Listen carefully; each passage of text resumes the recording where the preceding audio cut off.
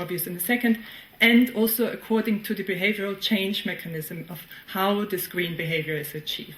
Just to say that these ratings were very reliable. And what you see here is the first aspect. So what's the area that's targeted for greening? And what you see is that here's the answers of the social entrepreneurs' frequencies, and that's the corporate employees. We see there's largely no difference whether they mention waste, transport or energy-related ideas. Where there is a difference is here, integrative ideas.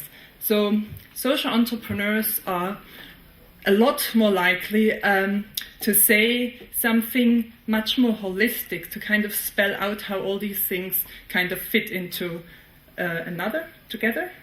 And then when we kind of coded all this for the behavioral change mechanism that might be alluded to in these ideas, we found that actually social entrepreneurs are much more likely, and 9 times as likely, to mention specifically mechanisms, really spell out how you can incentivize employees to adopt green behaviors.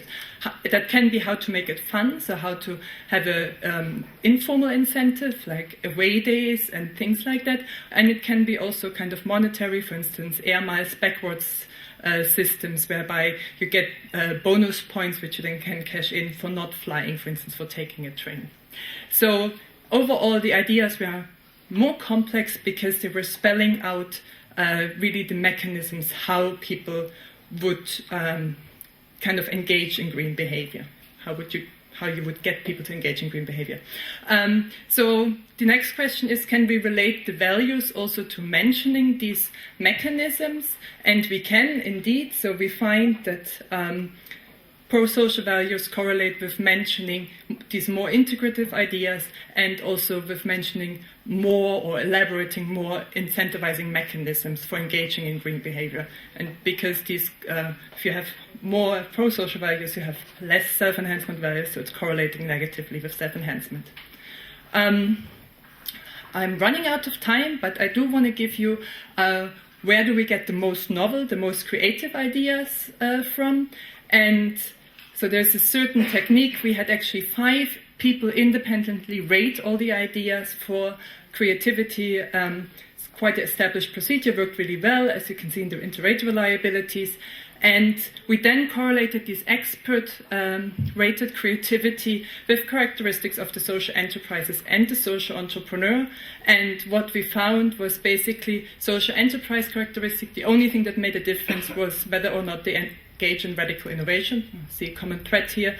A lot of other stuff didn't correlate at all. And for the social entrepreneur characteristics, it was idea creativity wasn't related to age or gender or any of these ideas, but it was significantly related to their values. And if you let me just go there. So what we expected also is what we found, that openness to change value is significantly positive and conservation value is significantly negative related to idea creativity. There's also a quite intriguing negative correlation with self-enhancement, which I'll be happy to tell you more about. Apparently, when you focus on yourself, you might not be broaden your attention scope any longer enough to take in other things and be creative.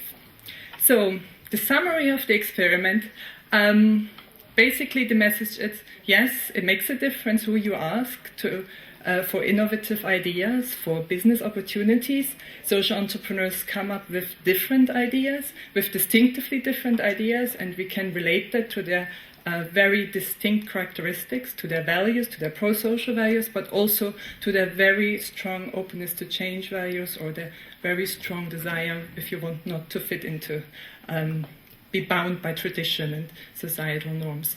And I think we can kind of make an argument, taking everything together, that there is evidence for this motivated opportunity cognition, which seems a plausible explanation for the results. So it's basically social entrepreneurs' values over time attune them to opportunities for social business innovation, and that also relates to the type or the content of the idea they come up with.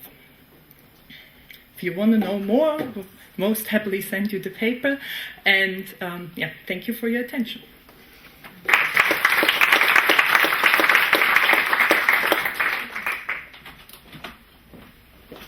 Okay, then we now have Toon, and in order to keep the pace, Toon, go ahead. All right, thank you. I started with pushing the wrong button, that was great. I'm going to talk to you a little bit about iPropeller. The name has fallen often already in this conference, so I'll give you a little bit of insight of who we are, what we do. Then dig into the action-oriented research, which is an important pillar of the SELUSI research, and do that by going through two cases. The first one is Telenet, about which Ute also just talked, and the second one is IMEC. More about who those companies are in a minute. I think it's fair to say that iPropeller is a spin-off of SELUSI. The idea of using the knowledge of social entrepreneurs to inspire a mainstream organization to bring new innovative concepts, new business models and strategies has been at the start of iPropeller. It's what we try to achieve in the market. Our mission is social business innovation, and what we mean with that becomes clear in a minute. Maybe already by sharing with you our elevator pitch. Our elevator pitch is that we help organizations to innovate towards today major societal trends. So we tell them that the 5 trends you see here are niche markets, but important growth markets, and that for any business it makes sense to look at growth markets and how you can enjoy that growth by becoming active in it. And that's exactly what you have to do if you want to become engaged in social business innovation. So as you can understand, we consult organizations on how to come up with new services that are both innovative, social, and profitable. Actually, we try to trap them by making money by becoming socially innovative, and we hope that that is the best way for them to continue providing social value in a larger degree to society. So our innovation consultancy is one of our activities. It's what we make our money with. But and important to say there is that for us, the open innovation methodology, which is also a part of the SELUSI research, which is fueled by social entrepreneurs, is a key USP. It differentiates us drastically on the market, and it is also how we profile ourselves on the market. So next to the consultancy services where we make our money with, we have from the start operated an incubator for social entrepreneurs. Basically because there was a lack in the market and we didn't find a place ourselves where really social entrepreneurs were helped and understood. So that's our second activity. It's the lab, it's our offices, it's where different people come together. The social entrepreneurs, our own co-workers, and also innovation networks, and last but not least, academics. The SELUSI project shows that there is a lot more knowledge needed about the phenomena of social entrepreneurship, and we try to initiate more and more research on that, and have been a proud partner and initiator of SELUSI from the start. So maybe a bit heavy for a startup that's only 3.5 years to do those 3 things. Now we felt them necessary to have them from the start, having one mission, having 3 activities all together in one space with the ambition to become an ever better expert in social business innovation, but also to create an environment which is optimal for open innovation, where it's all about sharing expertise, sharing strategic thinking, and whereby the trusted environment plays a key role. So enough about iPropeller, and let's dive into the action-oriented research, the second pillar of the SELUSI research, which is all about how can we mobilize the specific intelligence of social entrepreneurs to the benefit of mainstream organizations, allow them to innovate efficiently towards these trends we just mentioned. So why do an open innovation process with social entrepreneurs? I think there's 2 aspects here. The first is that, and as the data has already shown, is that they are able to recognize new trends, new societal trends, a lot quicker than the mainstream entrepreneur. And as such, when you talk about market exploration, they are a very good partner, as we have witnessed over the years. Secondly, they're active. They are introducing new service concepts with their own business, taking market risks, are very market-oriented, got their both feet standing in the market, close to the problems they're trying to solve with their services, with their products, with their company. And as such, when you think as a company, as an organization, on what new service concepts I could introduce, we have witnessed that social entrepreneurs are a good source of intelligence to tap into.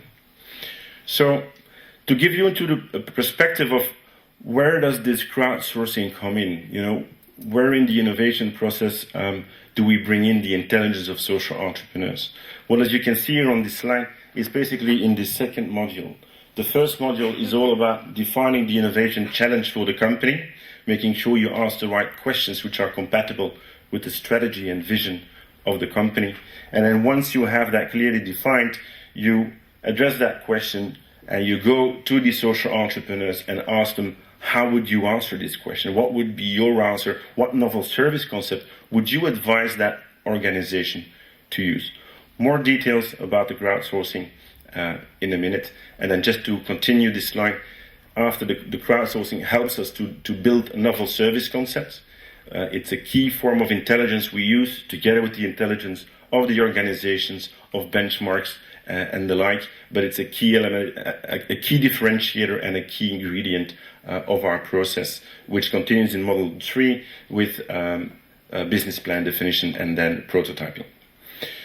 Good, so case one, let's go into the service innovation aspect, which is mostly triggered here to the B2C market, and let's focus on the crowdsourcing process, how it runs. We met short introduction about Telenet. People living in Belgium will surely know them. For people living outside of Belgium, you can compare them a little bit with the local Virgin Media or Comcast of the world, with a revenue of 1.2 billion, mostly coming from their residential business. A small portion is coming from their B2B activities.